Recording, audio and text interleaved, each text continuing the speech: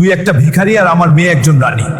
তোর সেই যোগ্যতা নেই যে আমার মেয়ের পায়ের ধুলো হবি। কিন্তু আঙ্কেল, আমি তাকে ভালোবাসি। সমীর, যদি তুমি আমাকে তোমার সাথে নিয়ে না যাও, তবে কাল এই বিষ আমার আর আমাদের আর আমাদের কাহিনীর শেষ বাস্তবতা হবে। আমি খুব নোংরা হয়ে গেছি। আমি একজন বাজারু মেয়ে হয়ে গেছি। আমার শরীর অপবিত্র হয়ে গেছে। আজ শহরে খুব জোরে তুফান চলছিল, বিজলি চমকাচ্ছিল আর হাওয়াগুলো যেন কাঁদছিল। সমীরের কাছে আজ সেই সব কিছু ছিল যা পাওয়ার স্বপ্ন একজন সাধারণ মানুষ দেখে। তার কাছে অঢেল সম্পত্তি ছিল, শহরের মাঝখানে একটা রাজপ্রাসাদের মতো বাড়ি ছিল, চাকর বাকর ছিল, আর এমন এক প্রতিপত্তি ছিল যে বড় বড় নেতা আর ব্যবসায়ীরা তার সামনে মাথা নত করে দাঁড়িয়ে থাকত। কিন্তু এই সমস্ত সফলতা, এই সমস্ত টাকা সমীরকে ভেতর থেকে আনন্দ দিতে পারত না। তার মন আজ এক এমন শূন্যতার সাথে লড়াই করছিল যাকে পৃথিবীর কোনো ধন সম্পদ দিয়ে ভরাট করা সম্ভব ছিল না। সেই শূন্যতা ছিল আয়েশার, সেই আয়েশা যে 10 বছর আগে তার জীবনের সবথেকে সুন্দর অংশ ছিল। গাড়ির এসি চলছিল, কিন্তু সমীরের যেন ঘাম হচ্ছিল। সে বৃষ্টি দেখে নিজের কলেজের সেই পুরনো দিনগুলোতে হারিয়ে গিয়েছিল, যখন সে আর আয়েশা একই ছাতার নিচে পাশাপাশি হাঁটত। আয়েশা খুব সাধারণ আর সুন্দরী মেয়ে ছিল। তার বড় বড় চোখ আর সেই মায়াবী হাসি সমীরের মনে রাজ করত। সমীর সেই সময় এক খুব গরিব পরিবারের ছেলে ছিল, যার কাছে নিজের কলেজের ফিস জমা দেওয়ার মতো টাকাও থাকত না। কিন্তু আয়েশা কখনো সমীরের দারিদ্র্য দেখেনি। সে সব সময় সমীরের পরিষ্কার আর স্বচ্ছ মনে ভালোবেসেছিল। দুজনে একসাথে বাঁচা মরার শপথ নিয়েছিল। তারা স্বপ্ন দেখেছিল যে সমীর পড়াশোনা শেষ করে একটা ছোট চাকরি করবে, আর তারা দুজন একটা ছোট বাড়িতে নিজেদের এক ছোট্ট পৃথিবী সাজাবে। কিন্তু ভাগ্যের বোধহয় তাদের এই সহজ সরল ভালোবাসা পছন্দ ছিল না। আয়েশার বাবা শহরের একজন খুব নামকরা আর প্রভাবশালী মানুষ ছিলেন। তার কাছে টাকা আর প্রতিপত্তিই সবকিছু ছিল। যখন তিনি সমীর আর আয়েশার সম্পর্কের কথা জানতে পারলেন, তখন তিনি আকাশ বাতাল মাথায় তুললেন। তিনি সমীরকে নিচের বাড়িতে ডেকে খুব অপমান করলেন, তাকে ধাক্কা মেরে বাড়ি থেকে বের করে দিলেন, আর বললেন যে তুই একটা ভিখারি আর আমার মেয়ে একজন রানী। তোর সেই যোগ্যতা নেই যে আমার মেয়ের পায়ের ধুলো হবি। সমীর সেদিন রক্তের অশ্রু কেঁদেছিল, কিন্তু সে কিছু করতে পারল না, কারণ সে সত্যি খুব দুর্বল আর অসহায় ছিল। আয়েশার বাবা এক মুহূর্ত দেরি না করে আয়েশার বিয়ে শহরের এক খুব বড়লোক ঘরের ছেলের সাথে ঠিক করে দিলেন। সমীর আজও সেই ভয়ঙ্কর রাতটা ভুলতে পারেনি, যখন আয়েশা বিয়ের একদিন আগে তার সাথে চুপি চুপি দেখা করতে এসেছিল। সে ডুকরে ডুকরে কাঁদছিল। সে সমীরের গলা জড়িয়ে ধরে বলেছিল, সমীর, যদি তুমি আমাকে তোমার সাথে নিয়ে না যাও, তবে কাল এই বিষ আমার আর আমাদের কাহিনীর শেষ বাস্তবতা হবে। আমি খুব নোংরা হয়ে গেছি। আমি একজন বাজারু মেয়ে হয়ে গেছি। আমার শরীর অপবিত্র হয়ে গেছে। কিন্তু সমীর অসহায় ছিল। তার কাছে না ছিল টাকা, আর না ছিল আয়েশাকে পৃথিবী থেকে বাঁচানোর কোনো শক্তি। পরের দিন আয়েশার ডলি উঠে গেল, আর সমীর চিরকালের জন্য ভেতর থেকে ভেঙে গেল। সেই দিনই সমীর নিজের চোখের জল মুছে এক এমন শপথ নিয়েছিল যা তার পুরো জীবন বদলে দিল। সে শপথ নিয়েছিল যে সে এত বড়লোক আর শক্তিশালী হবে যে পৃথিবীর কোনো বাবা যেন তাকে কখনো গরিব বলে বাড়ি থেকে বের করে দিতে না পারে। আর সে সেটা করে দেখালো। সে দিন রাত এক করে দিল। সে নিজের যৌবন, নিজের শান্তি, নিজের ঘুম সবকিছু নিজের কাজে জ্বালিয়ে ছাই করে দিল। আজ সে এমন এক জায়গায় ছিল যেখানে আয়েশার বাবার মতো লোকেরাও তার সাথে দেখা করার জন্য কয়েক সপ্তাহ অপেক্ষা করত। কিন্তু আজ এই সব কিছু অর্থহীন মনে হচ্ছিল, কারণ যে আয়েশার জন্য সে এত সম্পত্তি কামিয়েছিল, সেই আয়েশাই তার কাছে ছিল না। সমীরের গাড়ি শহরের বাইরের এলাকা দিয়ে যাচ্ছিল। রাত 12টা বেজে গিয়েছিল, আর বৃষ্টি এখন এক ভয়ঙ্কর রূপ নিয়েছিল। হঠাৎ গাড়ির চাকায় এক জোরদার শব্দ হলো, আর গাড়ি টালমাটাল হয়ে রাস্তার ধারে গিয়ে দাঁড়িয়ে গেল। সমীর কল্পনা থেকে বাইরে এলো আর নিজের ড্রাইভারকে জিজ্ঞেস করল। ড্রাইভার ঘাবড়ে গিয়ে উত্তর দিল যে গাড়ির চাকা ফেটে গেছে আর ইঞ্জিন থেকেও ধোঁয়া বেরোচ্ছে। এটা ঠিক করতে অনেক সময় লাগবে। সমীর দীর্ঘশ্বাস নিল আর নিজের ছাতা নিয়ে গাড়ি থেকে বাইরে বেরিয়ে এলো। এটা শহরের সেই এলাকা ছিল যাকে মানুষ ভালো চোখে দেখে না। এটা এক বদনাম বস্তি ছিল, যেখানে রাতের অন্ধকারে সেই সব কাজ হয় যা দিনের আলোতে পাপ মনে করা হয়। চারদিকে কাঁচা আর কাদা ভর্তি গলি ছিল, কিছু পুরনো ভাঙাচোরা বাড়ি ছিল, আর বাতাসে এক অদ্ভুত দমবন্ধ করা গন্ধ ছিল। সমীর রাস্তার ধারে এক বন্ধ দোকানের চালার নিচে গিয়ে দাঁড়িয়ে গেল, যাতে সে নিজেকে বৃষ্টির হাত থেকে বাঁচাতে পারে। রাস্তার অন্য পাশে একটা ছোট চায়ের দোকান ছিল, যাতে একটা হলুদ বাল্ব জ্বলছিল। সেই দোকানের পাশে এক মহিলা দাঁড়িয়েছিল। সে এক খুব পুরনো ময়লা শাড়ি পরেছিল, আর সে শীতের চোটে থরথর করে কাঁপছিল। সমীর প্রথমে তার দিকে ধ্যান দেয়নি, কারণ সেই এলাকায় এমন মহিলারা খুব সাধারণ ছিল। কিন্তু যেমনই এক জোরে বিজলি চমকালো আর সেই তীব্র আলোতে ওই মহিলার মুখ জ্বলে উঠল, সমীরের হার্টবিট যেন এক মুহূর্তের জন্য থেমে গেল। তার হাত থেকে ছাতাটা নিচে পড়ে গেল। ওই মুখ, ওই নিচু হয়ে থাকা চোখ, ওই কুকড়ে যাওয়া শরীর, সমীরের পুরো শরীর অবশ হয়ে গেল। তার মনে হল যেন তার মস্তিষ্ক কাজ করা বন্ধ করে দিয়েছে। ওই মহিলা আয়েশা ছিল। না, এটা সম্ভব নয়।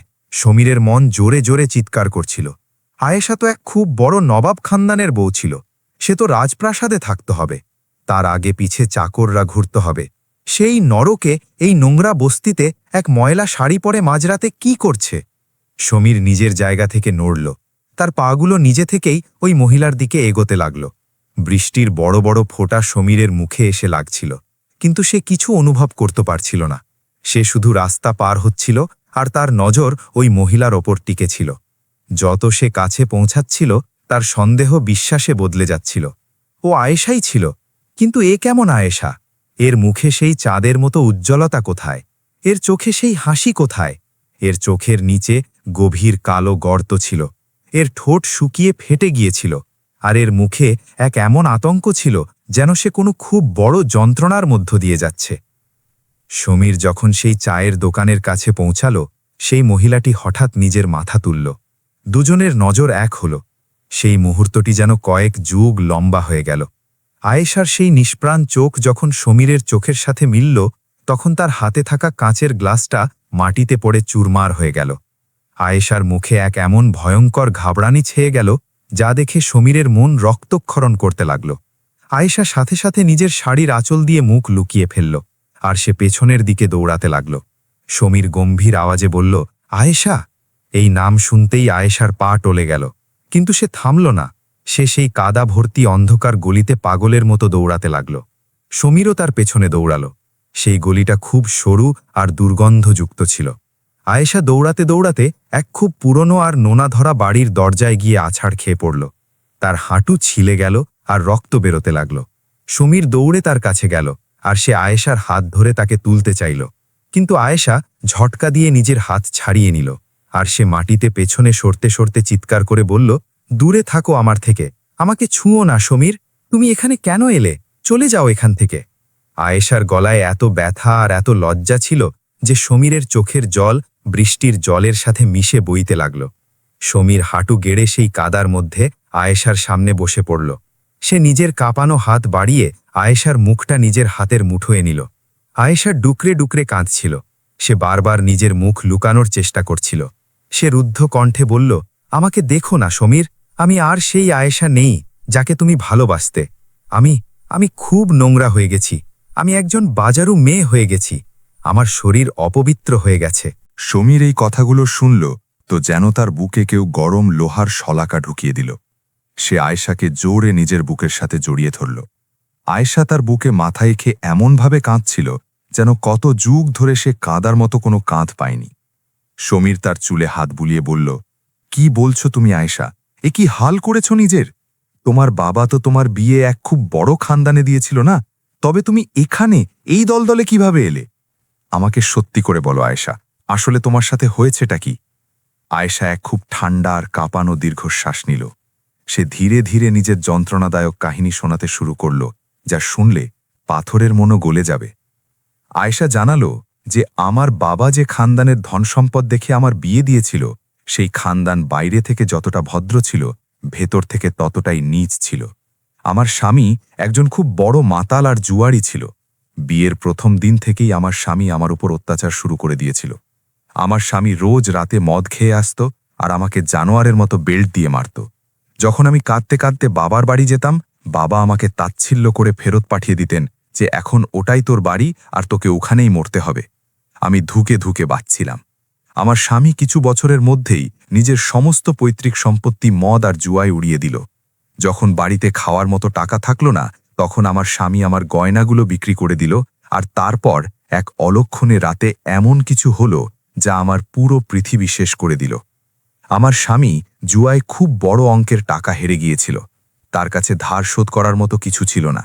তখন আমার স্বামী নিজের সেই নীচ আর পিশাচ বন্ধুদের সাথে মিলে এক ভয়ঙ্কর চুক্তি করল। আমার স্বামী নিজের ধার মেটানোর জন্য আমাকেই সেই গুন্ডাদের হাতে বিক্রি করে দিল। আমি সারা রাত চিৎকার করলাম, হাত জোড় করে ভিক্ষা চাইলাম, কিন্তু কারও মন গলল না। সেই পিশাচগুলো আমাকে হিড় হিড় করে টেনে এই বদনাম বস্তিতে নিয়ে এলো আর আমাকে এক যৌনপল্লীতে বিক্রি করে দিল। সেই দিনের পর থেকে আমার জীবন শুধু এক নরক হয়ে রয়ে গেল। রোজ নতুন অজানা লোক, রোজ শরীরের কেনাবেচা, আর রোজ এক নতুন মৃত্যু। আমি কতবার বিষ খেয়ে নিজের প্রাণ দেওয়ার চেষ্টা করেছি, কিন্তু এই বস্তির লোকেরা আমাকে মরতেও দিত না, কারণ আমি তাদের কাছে টাকা কামানোর একটা মেশিন হয়ে গিয়েছিলাম। আয়শা এসব বলতে বলতে হাঁপাতে লাগল। তার চোখ থেকে জল শুকিয়ে গিয়েছিল আর শুধু এক শূন্যতা পড়েছিল। সে সমীরকে বলল, এখন তুমি বুঝতে পারলে তো সমীর, যে আমি তোমার যোগ্য কেন নই? আমার কপালে শুধু যন্ত্রণা আর লাঞ্ছনা লেখা আছে। তুমি আমাকে আমার অবস্থায় ছেড়ে চলে যাও। আমি চাই না যে আমার নোংরা তোমার নামে কোনো কলঙ্ক লাগাক। এই পুরো সত্যি শোনার পর সমীরের ভেতরের সেই সহজ সরল মানুষটা চিরকালের জন্য মরে গেল, আর তার জায়গায় এক এমন হিংস্র মানুষ জন্ম নিল যে এখন শুধু আর শুধু রক্ত চাইছিল। সমীরের চোখ রাগে লাল হয়ে গিয়েছিল, তার রগগুলো ফুলে উঠেছিল, আর সে আয়েশার চোখের দিকে তাকিয়ে খুব গম্ভীর গলায় বলল, দাগ তোমার শরীরে নেই আয়েশা, দাগ এই সমাজের মুখে লেগেছে যে তোমাকে এই অবস্থায় পৌঁছে দিয়েছে।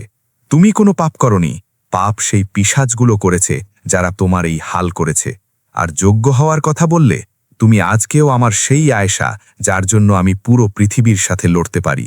আজকের পর কেউ তোমাকে ছোঁয়া দূর, তোমার দিকে চোখ তুলে তাকাতেও পারবে না। সমীর এই কথা বলছিলই, তখনই হঠাৎ সেই বাড়ির দরজা খুলল আর ভেতর থেকে এক খুব ভয়ঙ্কর আর নোংরা দেখতে গুন্ডা বাইরে এলো। তার মুখ থেকে মদের দুর্গন্ধ আসছিল আর তার হাতে একটা মোটা লাঠি ছিল। সে আয়েশাকে সমীরের সাথে বসে থাকতে দেখে গালিগালাজ করতে করতে এগিয়ে এলো। সে চিৎকার করে বলল, এই ছুরি, কি নাটক লাগিয়েছিস বাইরে? ভেতরে বাবুরা তোর জন্য অপেক্ষা করছে। গুন্ডাটি আয়েশার হাত ধরে তাকে টানতে চাইল। আয়েশা ভয়ে চিৎকার করে উঠল। কিন্তু সেই গুন্ডা আয়শাকে নিজের দিকে টানার আগেই সমীর একটা সিংহের মতো নিজের জায়গা থেকে উঠল। সে সেই গুন্ডার ওই হাতটা, যাতে সে লাঠি ধরেছিল, এত জোরে মুচকে গেল যে হাড় ভাঙার ভয়ঙ্কর আওয়াজ পুরো গলিতে প্রতিধ্বনিত হল। গুন্ডা যন্ত্রণায় ছটফট করে উঠল আর হাঁটু গেড়ে পড়ে গেল। সমীর নিজের পুরো শক্তি দিয়ে তার মুখে এক লাঠি মারল, আর সেই গুন্ডা কাদার মধ্যে গিয়ে পড়ল। তার মুখ থেকে রক্ত বেরোতে লাগল। এই হট্টগোলের আওয়াজ শুনে বস্তির আরও অনেক গুন্ডা লাঠি আর ছুরি নিয়ে সেখানে জমা হলো। সেই গুন্ডাদের সর্দার, যে এই পুরো এলাকাটা চালাতো, সে সামনে এলো। সে সমীরকে উপর থেকে নিচ পর্যন্ত দেখল আর এক কুৎসিত হাসি হেসে বলল, মনে হচ্ছে বাবুজি নতুন এসেছেন এই বস্তিতে। এটা কোনো ভদ্রতার জায়গা নয় যেখানে তুমি নিজের হিরোগিরি দেখাতে পারবে। এই মেয়েটা বিক্রি হয়ে গেছে, আমরা ওকে কিনেছি। বেঁচে ফিরতে চাইলে চুপচাপ কেটে পড়ো, নইলে এখানেই কেটে পুঁতে দেব এই মাটিতে। সমীরের রক্ত ফুটছিল। তার এখন কারো ভয় ছিল না। সে নিজের গাড়ির ড্রাইভারকে আগেই ফোন করে দিয়েছিল, আর পুলিশও পথেই ছিল। কিন্তু সমীরকে এখন আইনের অপেক্ষা করার প্রয়োজন ছিল না। সে নিজের কোটের ভেতর হাত ঢুকিয়ে নিজের লাইসেন্স করা বন্দুক বের করে নিল। বন্দুক দেখেই সেই গুন্ডাদের ঘাম ছুটে গেল। সমীর নিজের বন্দুকের নিশানা সরাসরি সেই সর্দারের কপালে লাগালো। সমীরের গলায় এমন এক আতঙ্ক ছিল যে সেই বৃষ্টির দিনেও সেখানে দাঁড়িয়ে থাকা প্রত্যেকটা গুন্ডার গলা শুকিয়ে গেল। সমীর গর্জে উঠে বলল, এই মেয়েটি আমার প্রাণ, আর যেই ওর দিকে একটা অপবিত্র কদম বাড়াবে, আমি ওর শরীরে এত গুলি ভরে দেব যে ওর পুরো পরিবার ভয়ে কাঁপবে। এটা সমীরের ভালোবাসা, আর সমীর নিজের ভালোবাসার জন্য পুরো শহর জ্বালিয়ে দিতে পারে। সেই গুন্ডাদের সর্দার এখন থরথর করে কাঁপতে লাগল। সে বুঝতে পেরেছিল যে এই লোকটা কোনো সাধারণ মানুষ নয়, বরং শহরের কোনো খুব বড় প্রভাবশালী লোক। তখনই সেখানে পুলিশের ৩-৪টে গাড়ি সাইরেন বাজাতে বাজাতে পৌঁছে গেল। শহরের সবথেকে বড় বিজনেসম্যান এই এলাকায় এই অবস্থায় দাঁড়িয়ে আছে দেখে পুলিশ ইন্সপেক্টরও ঘাবড়ে গেল। পুলিশ সাথে সাথে সমস্ত গুন্ডাকে ঘিরে ফেলল। ইন্সপেক্টর সমীরের কাছে এসে খুব আদবের সাথে বলল, স্যার, আপনি বন্দুক নিচে নামান, আমরা সব সামলে নেব। সমীর নিজের বন্দুক নিচে নামালো আর আয়েশার কাছে গেল। আয়েশা ঠান্ডায় আর ভয়ে বুড়িভাবে কাঁপছিল। সমীর নিজের দামি কোটটা খুলে আয়েশার কাঁধের ওপর দিয়ে দিল। সে ইন্সপেক্টরের দিকে তাকিয়ে এমন এক আদেশ শোনালো যা সেই এলাকার ভিত নাড়িয়ে দিল। ইন্সপেক্টর, এই বস্তি আজ আর এখনই পরিষ্কার হওয়া চাই। আমি এখানে কোনো যৌনপল্লী বা কোনো গুন্ডাকে জীবিত দেখতে চাই না। আর সবথেকে জরুরি কথা, আমার সেই লোকটাকে চাই যে এই মেয়েটিকে এখানে বিক্রি করেছে। ওর স্বামী ছিল। ওকে কাল সকালের মধ্যে আমার ফ্যাক্টরির বেসমেন্টে বন্দি অবস্থায় চাই। যদি তোমাদের পুলিশ তাকে খুঁজে না পায়, তবে আমি নিজের টাকা দিয়ে এমন খুনি কিনব যারা তাকে খুঁজে বের করে আমার পায়ে এনে ফেলবে। ইন্সপেক্টর সাথে সাথে মাথা নাড়ল আর নিজের টিমকে সেই পুরো বস্তি খালি করানোর অর্ডার দিয়ে দিল। সমীর আয়েশাকে সাহারা দিয়ে তুলল। সে আয়েশাকে নিজের বাহুবন্ধনে এমনভাবে লুকিয়ে নিল যেন কেউ কোনো কাঁচের খুব নাজুক খেলনাকে সামলাচ্ছে। সে তাকে নিজের গাড়ি পর্যন্ত নিয়ে এলো। গাড়ি এখন পর্যন্ত ঠিক হয়ে গিয়েছিল। সমীর আয়েশাকে গাড়িতে বসালো আর তাকে নিয়ে নিজের বাড়ির দিকে রওনা দিল। সমীর যখন আয়েশাকে নিয়ে নিজের সেই আলিশান বাড়িতে পৌঁছালো তখন সমস্ত চাকররা অবাক হয়ে গেল। সমীর কারও তোয়াক্কা করল না। সে সাথে সাথে শহরের সবথেকে বড় ডাক্তারদের এক টিমকে মাঝরাতেই বাড়িতে ডেকে নিল। আয়েশার অবস্থা খুব খারাপ ছিল। তার শরীরে পুরনো আঘাতের অগুন্তি চিহ্ন ছিল, তার খুব জ্বর ছিল আর সে মানসিকভাবে পুরোপুরি ভেঙে পড়েছিল। ডাক্তাররা তার চিকিৎসা শুরু করলেন। সমীর সারা রাত আয়েশার বিছানার পাশে বসে তার হাত ধরে রইল। পরের কয়েক মাস সমীরের জীবনের সবথেকে কঠিন পরীক্ষা ছিল। আয়েশা প্রায়ই রাতে ভয়ঙ্কর স্বপ্ন দেখত। সে ঘুমে চিৎকার করে উঠে পড়ত। আর কোণে কুকড়ে বসে থাকত। তার মনে হতো যে সেই গুন্ডারা আবার তাকে মারতে এসেছে। কিন্তু সমীর কখনো নিজের ধৈর্য হারাল না। সে তাকে জড়িয়ে ধরত, তাকে ঘণ্টার পর ঘণ্টা সান্ত্বনা দিত যে সে এখন পুরোপুরি নিরাপদ আর কেউ তাকে ছুঁতেও পারবে না। সমীর নিজের সমস্ত ব্যবসা, নিজের সমস্ত মিটিং নিজের ম্যানেজারদের ওপর ছেড়ে দিল আর নিজের পুরো সময় শুধু আয়েশাকে ঠিক করার কাজে লাগিয়ে দিল। সে আয়েশাকে রোজ নতুন নতুন গল্প শোনাত, তাকে হাসানোর চেষ্টা করত, নিজের হাতে তাকে খাইয়ে দিত।